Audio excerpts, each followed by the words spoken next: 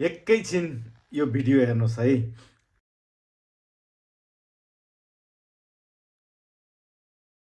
यो भिडियोमा तपाईँहरूलाई कस्तो लाग्यो? यो भिडियो साँच्चीकै नै मास्टर र भुन्टीको बिहे भइदिए तपाईँहरूलाई कस्तो लाग्थ्यो? खुसी लाग्थ्यो या कस्तो लाग्थ्यो?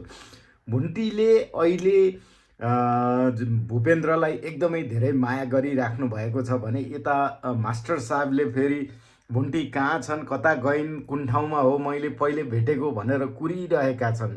तर भुन्टी एकदमै भूपेन्द्रको पछि लागिरहेकी छिन्।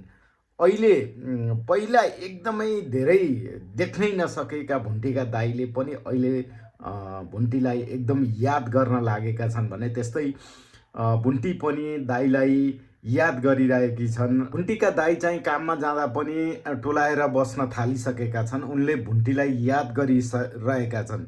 पहिला चाहिँ उनले मेरो घर आउनु पर्दैन, त जहाँ जाने भए जहाँसम्म भन्न भ्याएका टोकलेले अहिले भुन्टीलाई याद गरेर कहाँ होली, कस्तो ठाउँमा होली, एकचोटि देख्न पाए नि हुन्थ्यो भन्ने जस्तो याद गरिरहेका छन् भने यता भुन्टी पनि भूपेन्द्रलाई एकदमै स्याहार सुसार गर्दा गर्दै थकित भएर अब एकछिन त म दाइलाई भेट्न जान्छु भो, दाइ भाउजू के गरिराख्नु भएको होला भनेर याद गरिरहेकी छन्। यस्तो अवस्थामा पनि उनले भूपेन्द्रलाई छोडेर भए पनि एकछिन छोडेर भए पनि दाइकोमा माइतीकोमा जाने कुरा गरिरहेकी छन्। यता जेठाजुले पनि सहयोग गरिरहेका छन् भुन्टीलाई।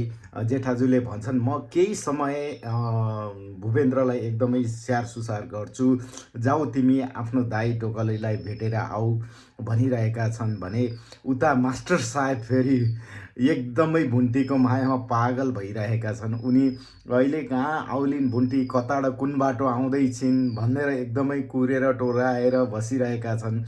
यस्तो अवस्थामा के भुन्टीले भूपेन्द्रलाई छाडेर मास्टर साहेबसित विवाह गर्नु उचित लाग्छ? तपाईँहरूलाई के लाग्छ? कृपया कमेन्ट गर्नुहोला। फेरि